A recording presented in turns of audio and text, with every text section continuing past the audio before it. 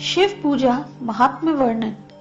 सूत जी बोले, इस प्रकार भगवान महेश्वर के द्वारा क्षण मात्र में त्रिपुर को भस्म कर देने तथा महेश्वर के चले जाने पर ब्रह्मा जी इंद्र से इस प्रकार बोले।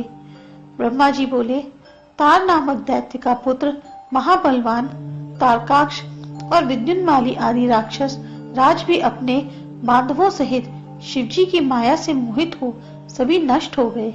इसलिए सदा शिवलिंग में सदा शिव की पूजा करनी चाहिए।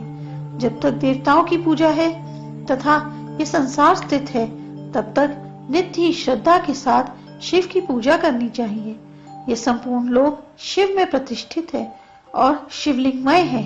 इसलिए अपनी आत्मा की श्रद्धा के लिए इच्छा पूर्वक लिंग की पूजा करनी चाहिए। देव, दैत्य, दानव, यक्ष, विद्याधर, सिद्ध, राक्षस, पिशितारन, पितर, मनुष्य, पिशाच, किन्नर आदि सभी अपनी सिद्धि के लिए लिंग की अर्चना करते हैं, इसमें संदेह नहीं। इसलिए हे देवताओं, जैसे भी हो लिंग की पूजा करनी चाहिए। हम सब देव देव महादेव जो बुद्धिमान हैं, उनके पशु हैं। इसलिए पशुता को छोड़कर पाशुपात व्रत धारण करना चाहिए। महादेव को हमेशा लिंग मूर्ति में पूजना चाहिए। हे श्रेष्ठ देवताओं, प्राणायाम पूर्वक ओंकार के द्वारा सब अंगों में भस्म लगानी चाहिए।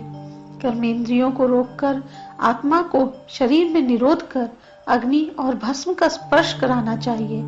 हे देवताओं, पाशुपात व्रत को धारण करने वाला योगी पुरुष सब तत्वों को ज्ञात हो जाता है तथा संसार रूपी जाल से छूटकर मोक्ष को प्राप्त करता है। इस प्रकार का पाशुपात योग करके लिंग में परमेश्वर की पूजा करते हुए मैंने विष्णु भगवान को देखा है। मैं भी महादेव की अर्चना करके यत्न पूर्वक सब काम करता हूँ। जो शिव जी की सेवा में रहता है और उनको याद करता है, वह संसार के दुख का भागी नहीं होता और तीनों लोगों का राज इच्छा अनुसार भोगता है। जो हमेशा लिंग में महेश्वर को पूजता है और जो हवन करता है, वह सब पापों को जलाता है।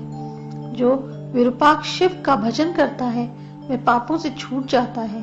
शैल, लिंग, मुझे तथा सब देवताओं को नमस्कार करके तीनों लोकों के स्वामी रुद्र की पूजा करनी चाहिए और उन त्र्यंबक को वाणी के द्वारा संतुष्ट करना चाहिए।